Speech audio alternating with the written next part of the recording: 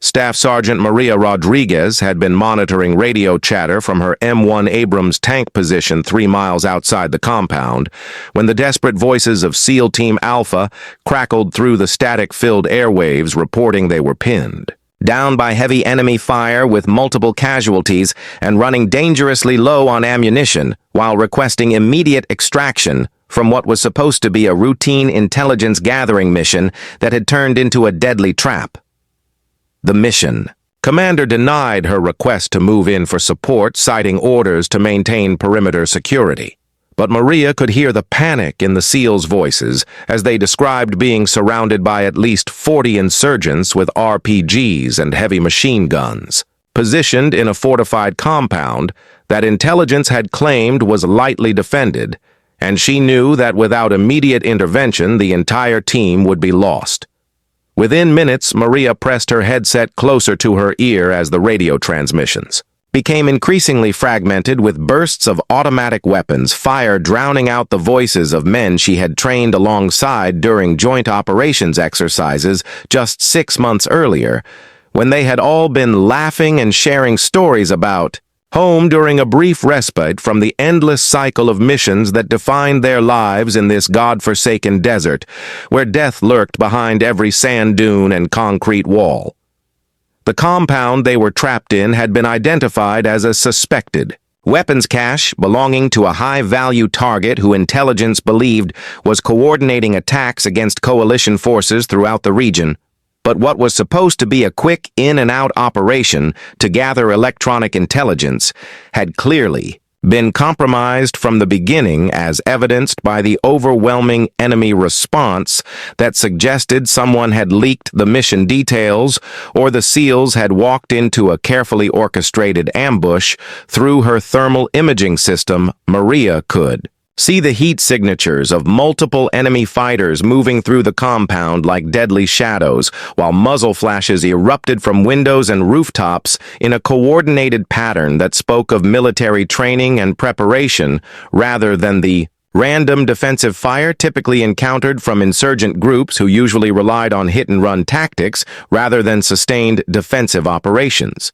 Her tank crew, consisting of Corporal James Mitchell on the main gun, Private First Class Sarah Chen as the loader, and Specialist David Park as the driver, had been with her for 8 months and had developed the kind of unspoken communication that only comes from facing death together on a regular basis, but she could see the uncertainty in their eyes as they listened to the increasingly desperate radio calls from the trapped SEALs, who were now reporting that they had lost contact with 2 team members and were taking casualties faster than they could treat them.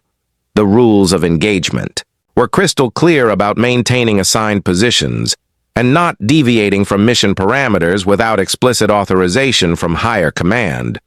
But Maria had grown up in a military family where her father had served 3 tours in Vietnam, and her grandfather had fought in Korea, and both had taught her that sometimes the right thing to do and the legal thing to do were not the same thing, especially when lives hung in the balance.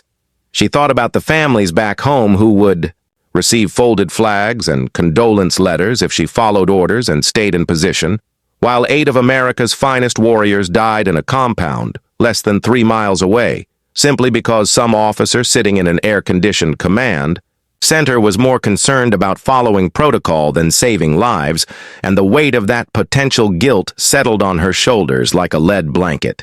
The enemy fire was intensifying according to the radio reports, and Maria could hear the distinctive sound of RPG explosions in the background of the transmissions, along with the sharp crack of sniper rifles and the sustained bursts of machine gun fire that indicated the insurgents were well equipped and determined to eliminate the SEAL team. Before any rescue attempt could be mounted, her hands moved instinctively to the tank controls as years of training took over, and she began calculating distances, angles of approach, and the best route to breach the compound walls while minimizing exposure to anti-tank weapons that the enemy almost certainly had positioned around the perimeter specifically to deal with armored rescue attempts like the one she was contemplating. The mission commander was a career officer who had never seen combat and whose primary concern seemed to be avoiding any action that might reflect poorly on his record or jeopardize his chances for promotion. But Maria had been in country for 14 months and had seen too many good soldiers die because someone in authority was more interested in covering their own rear end than doing what was necessary to bring everyone home alive. She keyed her radio one more time to request permission for immediate tactical support, but was again denied with explicit orders to maintain position and await further instructions, while the SEAL team leader reported over the radio that they were down to less than 2 minutes of ammunition and were preparing to make a final stand in what appeared to be a storage room in the center of the compound, where they had barricaded themselves behind whatever cover they could find. The sound of her own heartbeat seemed to echo inside her helmet, as Maria realized that she was about to make a decision that would either save 8 lives or end her military career and possibly land her in federal prison. But as another burst of machine gun fire crackled through the radio, followed by a scream of pain from one of the wounded SEALs, she knew that some choices transcended personal consequences and required a person to act according to their conscience rather than their orders against direct orders. Maria fired up the massive tank engine and began rolling toward the compound at full speed, while her crew of 3 looked at her with a mixture of terror and admiration, knowing they were about to disobey a direct command that could result in court-martial, but also knowing that 8 Navy SEALs were about to die if someone didn't act immediately. They approached the outer walls of the compound. Maria could see muzzle flashes lighting up the darkness like deadly fireworks, while the SEALs' radio transmissions became increasingly frantic, with reports that their team leader had been hit. They were down to their last magazines of ammunition, while enemy forces were closing in from all sides, preparing for what appeared to be a final assault. The 70-ton Abrams lurched forward across the rocky terrain as Maria pushed the engine to maximum power, feeling the familiar vibration of the massive turbine engine that had become as familiar to her as her own heartbeat during countless missions across this hostile landscape, where every shadow could conceal an enemy fighter and every pile of rubble might hide an improvised explosive device waiting to tear apart anyone foolish enough to venture too close.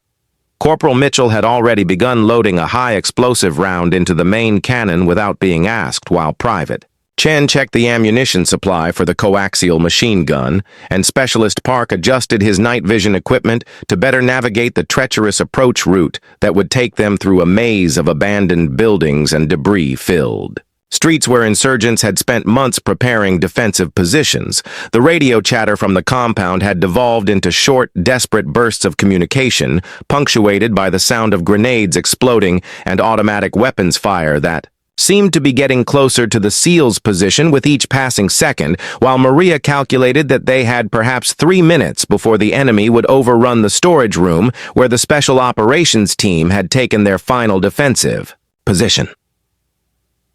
Through her commander's periscope, Maria could see the compound walls rising ahead of them like the ramparts of some medieval fortress, except these walls were topped with razor wire and studded with firing ports from which enemy muzzle flashes continued to strobe in the darkness, while thermal imaging revealed at least 20 heat signatures moving through the interior courtyard in what appeared to be a coordinated assault on the building where the SEALs were trapped. The mission. Commander was screaming over the radio, demanding that she return to position immediately and threatening her with everything from court-martial to treason charges. But Maria had switched to the SEAL team's frequency and was listening to their tactical communications as they called out enemy positions and coordinated their dwindling ammunition while trying to treat wounded teammates who were bleeding out on the concrete floor of their makeshift fortress. Her father had told her stories about Vietnam, where he had seen too many good men die because someone in authority was more concerned with following rules than saving lives, and he had made her promise that if she ever found herself in a similar situation, she would choose to live, with the consequences of action rather than the regret of inaction, even if it meant sacrificing her career or her freedom. The compound was surrounded by a 10-foot concrete wall that had been reinforced with steel plates and sandbags. But Maria knew that the Abrams main gun could punch through almost any fortification and that the tank's armor could withstand most of the weapons that insurgents typically had access to, although she was concerned about the possibility of advanced anti-tank missiles that might have been supplied by foreign adversaries. Specialist Park called out distance markers as they closed on the target, while Corporal Mitchell fine-tuned the main gun's targeting system, and Private Chen prepared additional ammunition for what was likely to be an extended firefight once they breached the perimeter and found themselves surrounded by enemy fighters who would undoubtedly focus all their attention on destroying the tank that had just ruined their carefully planned ambush. The SEAL team leader, whose voice Maria recognized from previous joint training exercises, was now reporting that they had lost another man and were down to less than 30 rounds of ammunition total, while enemy forces were using explosives to breach the barricaded door of their defensive position, and it was clear that they had perhaps 60 seconds before being overrun by overwhelming numbers. Maria could feel the weight of responsibility settling on her shoulders like a physical burden as she realized that 4 lives now depended entirely on her ability to navigate the tank through hostile territory, breach a fortified compound, and extract a special operations team. While under fire from an unknown number of enemy fighters who had already demonstrated their willingness to fight to the death.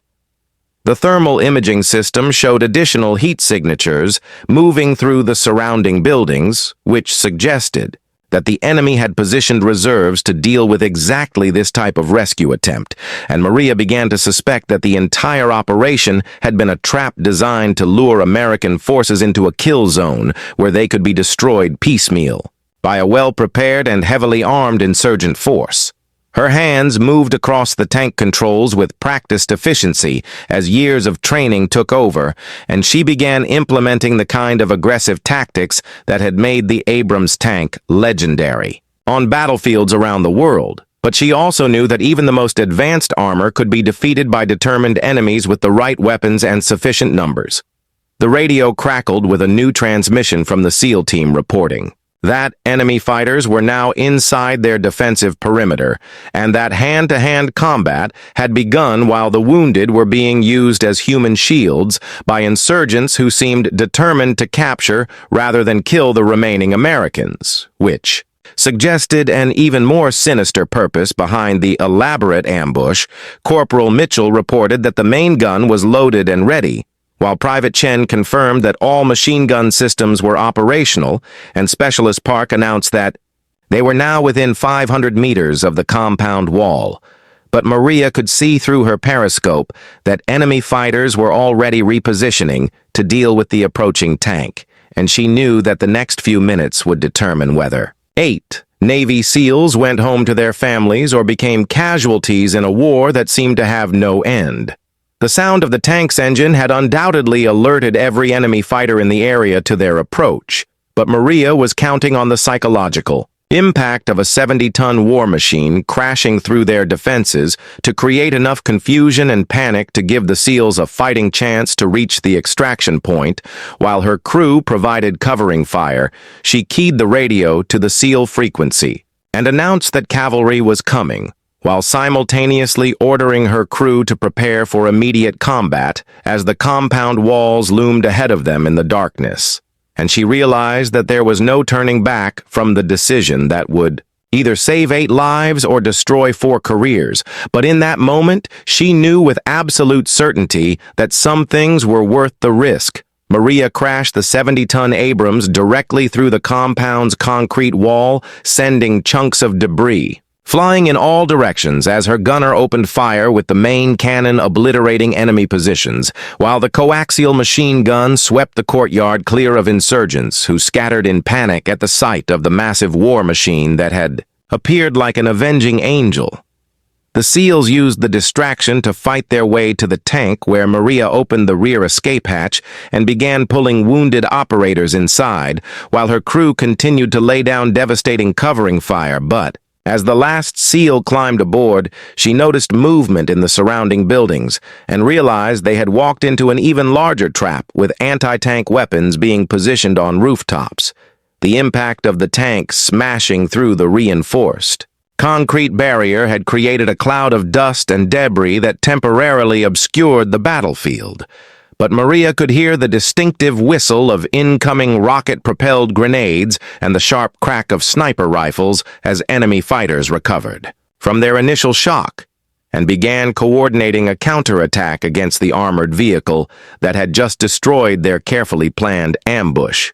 Corporal Mitchell traversed the main turret toward a building where muzzle flashes indicated heavy machine gun positions, while Private Chen fed ammunition into the coaxial gun that was chattering continuously as it swept back and forth across the compound courtyard where insurgent fighters were diving for cover behind overturned vehicles and concrete barriers that provided little protection against the tank's overwhelming firepower. The first SEAL to reach the tank was bleeding heavily from a leg wound, and Maria could see that his tactical vest was torn and blackened from grenade fragments. But his eyes were alert and focused as he helped drag his wounded teammates toward the relative safety of the Abrams hull, while enemy bullets sparked off the armor plating like deadly fireworks in the darkness.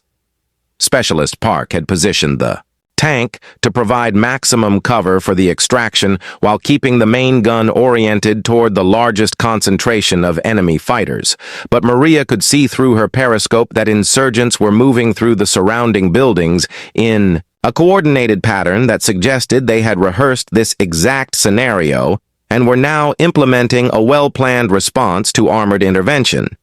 The SEAL team leader, whose call sign was Viper 6, was the last man out of the building, and Maria could see that he was supporting a teammate who appeared to be unconscious with blood streaming down his face from what looked like a serious head wound, while enemy fighters closed in from multiple directions, firing automatic weapons and throwing grenades in a desperate attempt to prevent the Americans from escaping.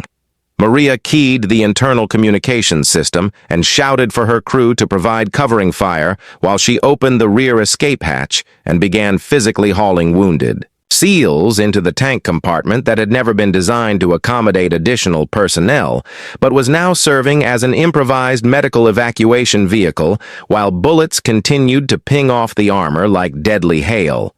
The sound inside the tank was deafening as the main cannon fired repeatedly at enemy positions, while the machine guns chattered continuously and the diesel engine roared at maximum power. But Maria could still hear the groans of wounded men and the urgent voices of SEALs trying to treat their most seriously injured teammate who was losing blood at an alarming rate. Corporal Mitchell reported that he had identified at least 3 RPG teams positioning themselves on rooftops around the compound perimeter and that enemy fighters were using the maze of buildings to approach the tank from multiple angles while staying concealed from the main gun and machine gun systems that were designed to engage targets in open terrain rather than urban environments. The thermal imaging system showed dozens of heat signatures moving through the compound and surrounding structures, which confirmed Mariah's worst fears that they had not just rescued the SEAL team from an ambush, but had driven directly into a much larger trap that had been designed specifically to destroy any rescue attempt and capture or kill both the original target and anyone foolish enough to come to their aid. Private Chen reported that ammunition levels were dropping rapidly due to the sustained rate of fire required to keep enemy fighters at bay, while Specialist Park announced that he had identified multiple escape routes, but all of them required traversing open ground where the tank would be vulnerable to coordinated anti-tank attacks from the elevated positions that insurgents had obviously prepared in advance. The wounded SEAL, who appeared to be the most seriously injured, was now unconscious, and his teammates were working frantically to stop the bleeding from what looked like multiple shrapnel wounds, while Maria tried to coordinate the extraction over the radio, but found that enemy jamming equipment was interfering with communications and making it impossible to call for additional support.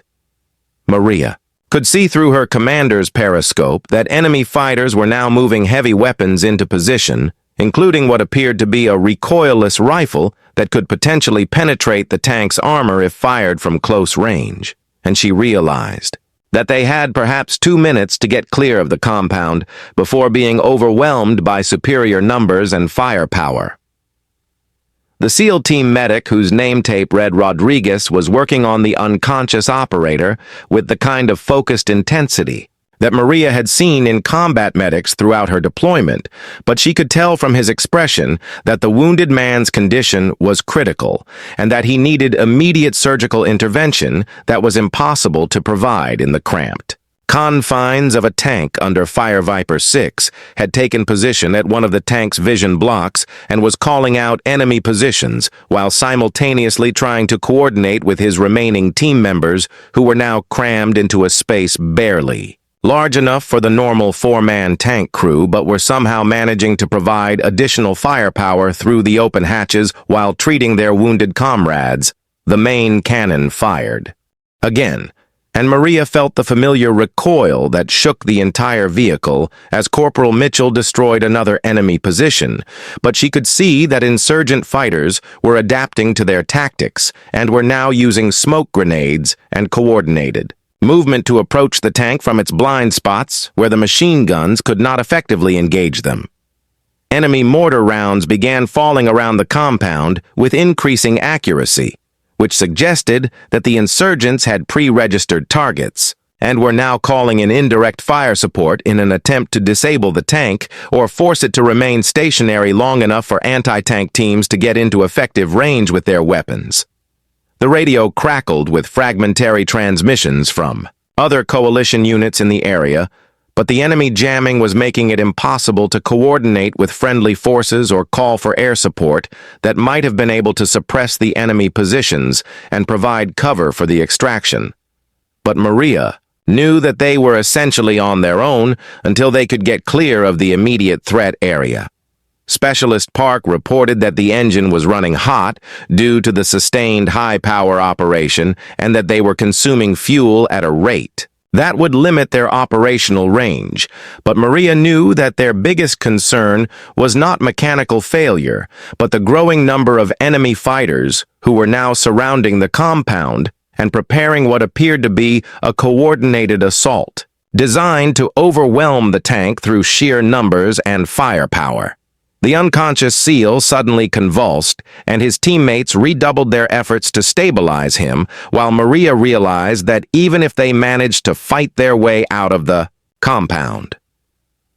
they still faced the challenge of getting the wounded man to a medical facility before he bled to death, and she began calculating distances to the nearest coalition base, while simultaneously trying to identify the safest route through what was rapidly becoming a very hostile neighborhood. With enemy RPGs streaking past the tank, Maria executed a fighting withdrawal while her gunner systematically destroyed every building that showed hostile activity and the wounded SEALs inside. The tank worked to treat their most critically injured teammate who was losing blood fast and needed immediate medical evacuation. As they broke free from the kill zone and raced toward friendly lines, Maria received an urgent radio message that changed everything. The SEAL team had discovered intelligence about a planned terrorist attack on American soil scheduled for the next morning, and the information they carried was the only way to prevent thousands of civilian casualties, but enemy forces were mobilizing every available asset to stop them from reaching safety.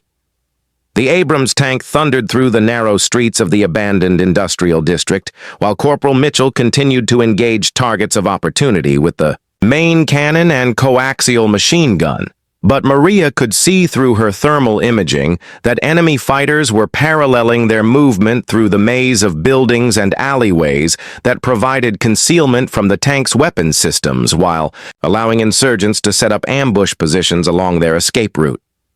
Viper 6 had managed to establish communication with his command center using a backup radio system and was now transmitting critical intelligence data in encrypted bursts, while his team medic worked desperately to keep their wounded teammate alive using emergency medical supplies that were rapidly running out as blood continued to seep through the makeshift bandages and pressure dressings that were all they had available in the cramped confines of the tank. The intelligence that the SEAL team had recovered from the compound included detailed plans for a coordinated terrorist attack on multiple targets across the United States, including airports, shopping centers, and government buildings that were scheduled to be hit simultaneously in less than 18 hours, and the information contained specific details about weapons caches, safe houses, and the identities of sleeper cells that had been operating. Undetected for months, Maria could hear the urgency in Viper 6's voice as he transmitted the critical data while simultaneously coordinating with his remaining team members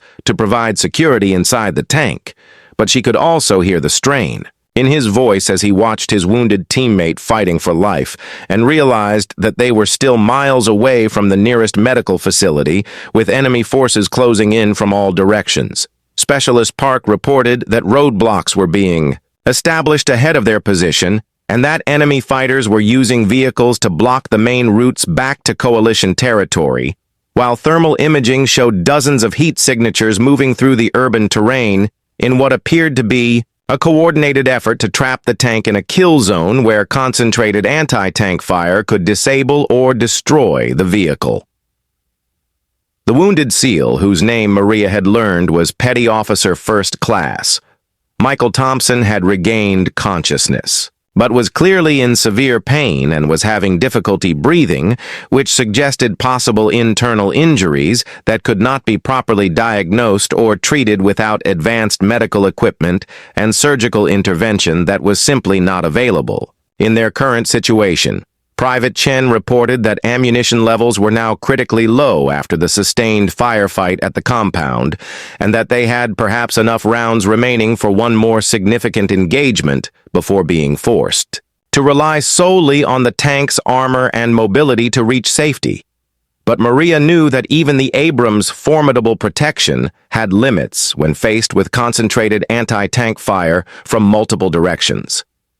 The radio crackled with reports from other coalition units in the area, but most were engaged in their own operations and could not provide immediate support, while the few available quick reaction forces were too far away to reach their position before enemy forces completed their encirclement and began the final assault that would determine whether the critical intelligence reached American authorities in time to prevent the terrorist attacks. Maria made the decision to abandon the planned route back to base and instead headed toward a coalition outpost that was closer but required traversing even more dangerous terrain through areas that intelligence had identified as heavily infiltrated by insurgent forces who had spent months preparing defensive positions and stockpiling weapons for exactly this type of engagement.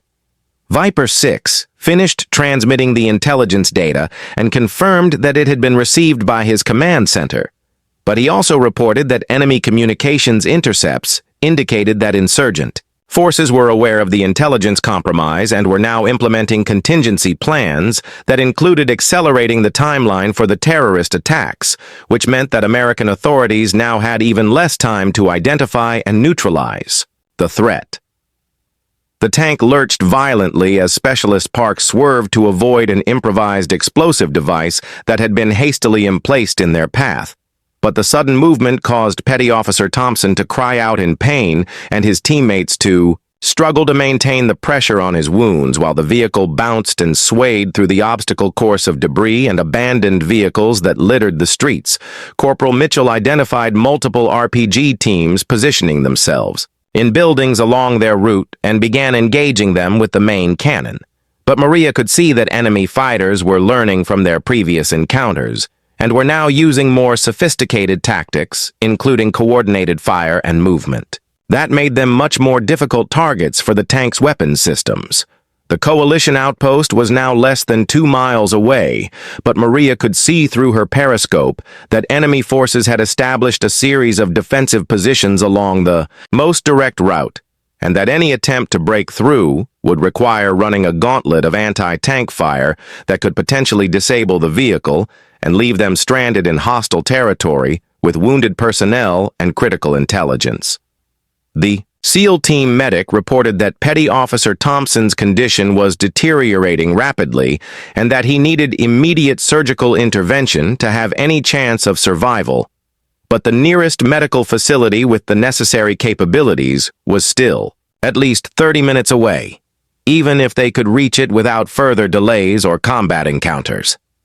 Maria keyed the radio and contacted the coalition outpost, directly requesting immediate medical evacuation support and providing their current position and estimated time of arrival, but the response was not encouraging as the outpost commander reported that their medical facilities were limited and that a full surgical team would need to be flown in from the main base, which could take hours to arrange. Enemy mortar rounds began falling with increasing accuracy as insurgent forward observers adjusted fire onto the moving tank. But Specialist Park was using evasive maneuvers and the cover provided by buildings and terrain features to minimize their exposure while maintaining maximum speed toward the relative safety of the coalition. Outpost Viper 6 received an updated intelligence report indicating that enemy forces were now mobilizing additional resources, including heavy weapons and possibly even captured coalition equipment to prevent the tank from reaching safety, and that time was running out not just for Petty Officer Thompson, but for the thousands of potential victims of the terrorist attacks that were now less than 17 hours away. The sound of helicopter rotors in the distance gave Maria a moment of hope that air support might be available, but the radio traffic indicated that the aircraft